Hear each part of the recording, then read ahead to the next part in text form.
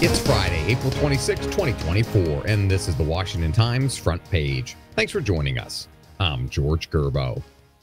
The Biden administration has finalized rules requiring new natural gas power plants and existing coal-fired power plants to eliminate nearly all emissions by 2032. Susan Ferricchio reports those types of plants that run more than 40% of the time would have to cut 90% of emissions by 2032.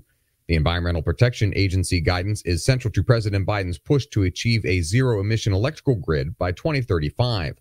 Groups opposed to the use of fossil fuels celebrated the rules, but critics in the industry said the restrictions would threaten the stability of the nation's electric grid.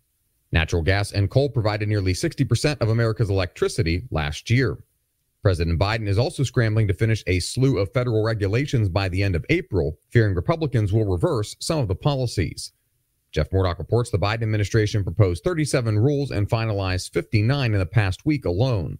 The most controversial of them include a Health and Human Services requirement for nursing homes that receive Medicare and Medicaid funding to have a minimum number of staffers, strict EPA emissions standards for heavy-duty trucks, buses, and other large vehicles starting in 2027, and more rigorous Department of Labor standards on retirement investment advisors. If Republicans win the presidency and hold the House, they could overturn many of Biden's regulations via the 1996 Congressional Review Act. That law allows Congress to rescind agency rules within 60 congressional session days after a regulation is finalized. Congress has approved $61 billion in military aid to Ukraine, but Ukraine may not have enough soldiers to man the new weapons. The Ukrainian government is struggling to replenish the ranks of its army, and the shortage of soldiers is growing while the bigger and better armed Russian army presses forward in the east. Ukrainian military recruiters would love to enlist young Ukrainian men who have fled the country or were driven into refuge when the war began. Of the more than 4 million Ukrainians who fled to other European countries, about 860,000 are men 18 and older, according to estimates by Eurostat. Congressional Republicans have announced rules to limit the types of earmark projects that can be funded after causes they opposed slipped into spending bills this year.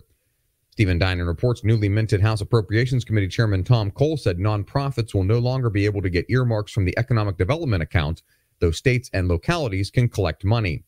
Some of that money went to multiple LGBTQ centers nationwide, but Ranking Member Rosa DeLauro noted the change would also block money for religious organizations and privately run senior centers. Democrats accused Republicans of injecting partisan politics into the usually bipartisan tradition of pork barrel spending. After a decade-long ban, the House resumed the practice in 2021. The Supreme Court clashed over former President Trump's claims of absolute immunity from prosecution for his official acts in the White House. Alex Sawyer reports justices seemed to agree that some presidential conduct is immune from prosecution, but they sparred over where to draw the line and what it would mean for future presidents. Justice Elena Kagan wondered whether ordering the military to stage a coup or selling nuclear secrets to a foreign government would be considered official acts, while Justice Samuel Alito pondered a situation in which the president ordered Navy SEALs to assassinate a rival. And finally, the U.S. birth rate has dropped to its lowest point in more than 100 years, triggering concerns about the nation's economic future with an aging workforce. Sean Salai reports numbers from the Centers for Disease Control and Prevention total nearly 3.6 million newborns last year, down 2% from 2022.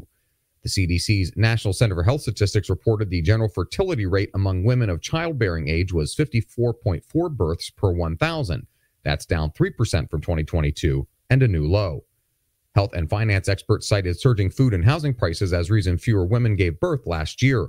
Some noted that the downward population trends have impacted the nation's supply of working-age adults. Find all today's front page stories at WashingtonTimes.com/front page or on the Washington Times app, and find us wherever you get your podcasts. You can also find us on social media at Wash Times for breaking news, sports, commentary, and more. For the Washington Times, I'm George Gerbo.